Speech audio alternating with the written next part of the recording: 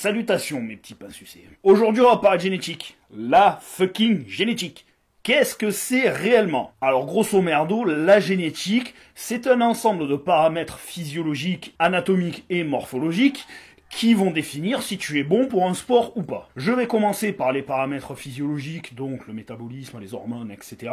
Premier paramètre physiologique qui va déterminer certains taux hormonaux, c'est ton sexe de naissance. Que tu sois né homme ou femme, ça va tout changer. Alors oui, je sais, au moment où on tourne cette vidéo, on est en 2023, presque en 2024, mais me pétez pas les noix. Soit tu nais homme, soit tu nais femme. Après, tu fais ce que tu veux de ta vie. Tu peux te prendre pour un Pikachu, pour un pédiluve, pour un brocoli, pour une rame de métro, pour une licorne, je m'en cogne. Si tu nais homme, tu vas avoir certains avantages physiologiques, et si tu nais femme, tu vas en avoir d'autres. Pourquoi? Parce que les hommes ont des taux d'hormones anaboliques plus hauts que les femmes. C'est pour ça que, à taille et poids égal, un homme sera plus performant dans tout ce qui est sport de force, vitesse et explosivité. A contrario, les femmes ont plus une prédominance naturelle pour les sports d'endurance. C'est pour ça que dans le CrossFit, dans certaines épreuves, les femmes arrivent à surpasser les hommes. Et aussi, mesdames, vous avez un avantage énorme en ce qui concerne la souplesse, parce que un taux plus élevé d'oestrogène entraîne une hyperlaxie naturelle. Donc si les femmes sont plus souples, c'est dû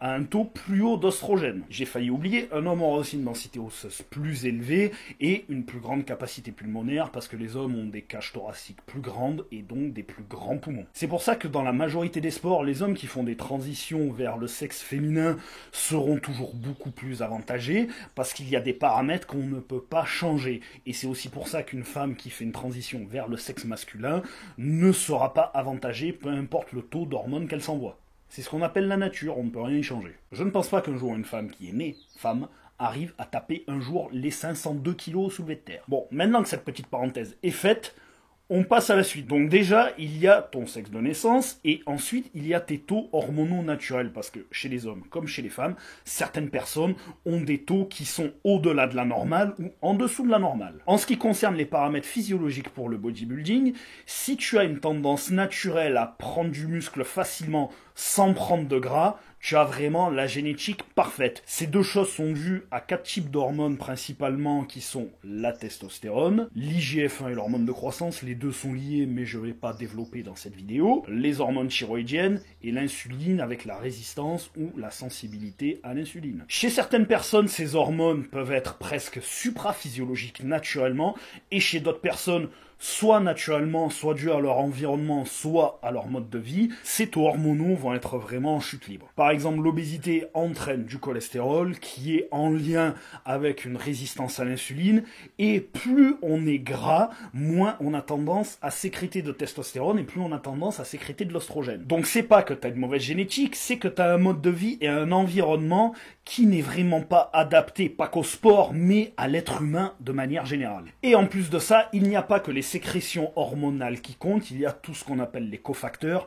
De manière très vulgaire, ce sont des acides aminés, des minéraux, des oligoéléments qui vont permettre aux hormones de fonctionner. Il y a aussi les glandes surrénales, si jamais elles sont fatiguées, voire complètement épuisées, qui peuvent engendrer une hypothyroïdie et des problèmes de sécrétion de testostérone. Donc physiologiquement, ça n'est pas forcément que vous avez une mauvaise génétique, c'est que vous avez des paramètres physiologiques internes qui ne sont pas optimaux. Et on peut régler ça avec un aménagement de votre environnement, de votre nutrition et des compléments alimentaires pour optimiser vos sécrétions hormonales et corriger certains cofacteurs qui ne sont pas optimaux. Et croyez-moi, ça peut vraiment tout changer. Et bien sûr, le dernier maillon invisible de la génétique, c'est la réceptivité aux produits dopants. Parce que oui, certaines personnes sont ultra réceptives et d'autres ne le sont pas du tout. C'est exactement pareil avec certains médicaments. Maintenant, on va passer à ce qu'on appelle la morpho-anatomie.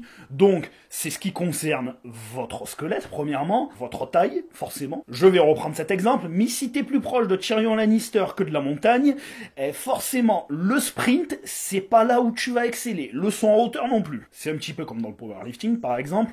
Quelqu'un qui a des jambes courtes avec un buste long, qu'on appelle un bréviline ou une morphologie de nain, sera plus performant au squat et aura moins de risque de se blesser que quelqu'un qui a un buste court avec des jambes très longues. Par exemple, Usain Bolt n'a pas du tout la morphologie d'un squatteur. Mais par contre, il a des très grandes jambes, des muscles courts avec des tendons très longs, donc vraiment avec cet effet ressort. En plus de ça, c'est quelqu'un qui a naturellement un potentiel nerveux très élevé. Donc ça donne quoi? Ça donne une fusée. Et en ce qui concerne le bodybuilding, bodybuilding, il y a plusieurs catégories. Vous prenez par exemple les Open. Déjà, quand on dépasse le 1m80, ben, ça va être compliqué d'être un Mister Olympia. Ouais, parce que concrètement, je crois que le seul qui a gagné Olympia en dépassant le 1m80, c'est Schwarzenegger. Et le seul qui aurait dû le remporter une fois dans l'ère moderne du bodybuilding, c'était Gunther Tillerkamp. Mais en termes de morphologie, chez les bodybuilders Open, en général, on trouve des gens qui ne sont jamais trop des longilignes ni des brévilignes, ils sont entre les deux, et ils ont très souvent les humérus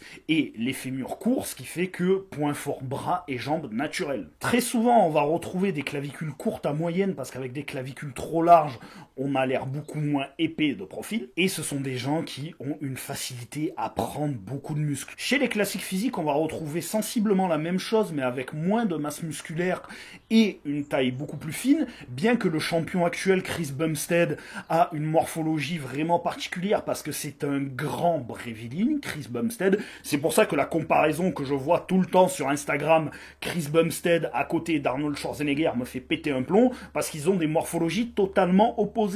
Arnold Schwarzenegger était quelqu'un de longiligne avec des longs bras et une cage thoracique très épaisse, avec un torse court et une taille plutôt épaisse avec des longues jambes, alors que Chris Bumstead, c'est tout l'inverse. Il a des jambes plutôt courtes, avec un buste long, des bras courts, des clavicules larges et une cage thoracique plutôt plate. J'ai jamais compris cette putain de comparaison. Et Chris Bumstead, bien qu'il ait les bras courts, il a un gros point fort deltoïde, et forcément, vu qu'il a des bras courts, ses avant-bras ont pris le relais, donc il n'a pas forcément des biceps et des triceps très longs. Oui, parce que quand on étudie la morpho-anatomie, le corps cherche toujours à équilibrer d'un côté ou de l'autre.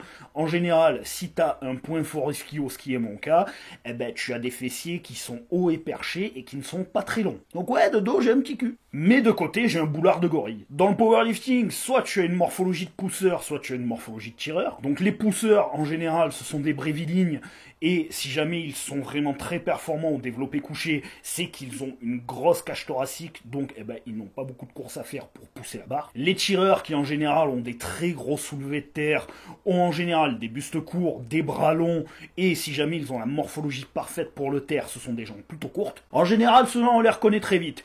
Ils sont debout avec la barre en fin de mouvement, la barre est au niveau des genoux. Pour le strong, la morphologie idéale, en fait, c'est la morphologie du soulevé de terre, donc des bras longs avec un buste court et des jambes plutôt courtes, parce qu'en strong, il y a beaucoup d'épreuves qui sont des variantes du soulevé de terre. On porte aussi beaucoup de saloperies, que ce soit des boules atlas, des sandbags, etc. Et le deuxième exercice phare du strong, c'est tout ce qui est développé épaule. Et bizarrement, des bras longs, pour tout ce qui est développé épaule, c'est beaucoup moins pénalisant que pour le développé couché. Et bien sûr, pour être un strongman en catégorie open, faut être très grand.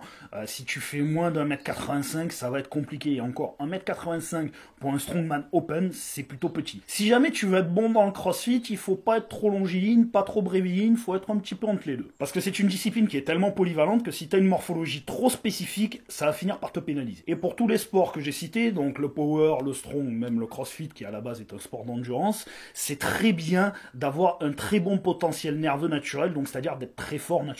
Et en street workout, on retrouve très souvent des petits gabarits très nerveux, parce que forcément, c'est plus facile de se tracter. Oui, ceux qui sont bons en street workout, en général, ce sont des petits teigneux tout nerveux. Ce qui peut aussi donner des très bons power dans les petites catégories, ainsi que des très bons haltérophiles. Et une des meilleures morphologies pour l'haltérophilie, c'est vraiment le bréviligne. Parce que très très bon en squat, l'haltérophilie c'est un sport de squat. Et en plus de ça, pour pousser la barre, si t'as les bras courts, eh ben c'est encore mieux. On arrive à la fin de cette vidéo et je pense que t'as compris. Il n'y a pas de mauvaise génétique, il n'y a que des génétiques qui sont adaptées à certains sports. Et peut-être que tu as une excellente génétique pour le sport que tu as choisi, peut-être que non. Mais c'est pas grave, parce qu'on peut toujours l'optimiser, et si jamais tu ne sais pas comment faire, eh ben t'as tout ce qu'il faut dans la description de la vidéo pour me contacter, et pour que je t'aide à avancer si tu stagnes. Et bien sûr, si t'as aimé la vidéo, un petit pouce en l'air, un petit commentaire, et n'oublie pas la cloche pour les notifications. Je te dis à bientôt pour une prochaine vidéo.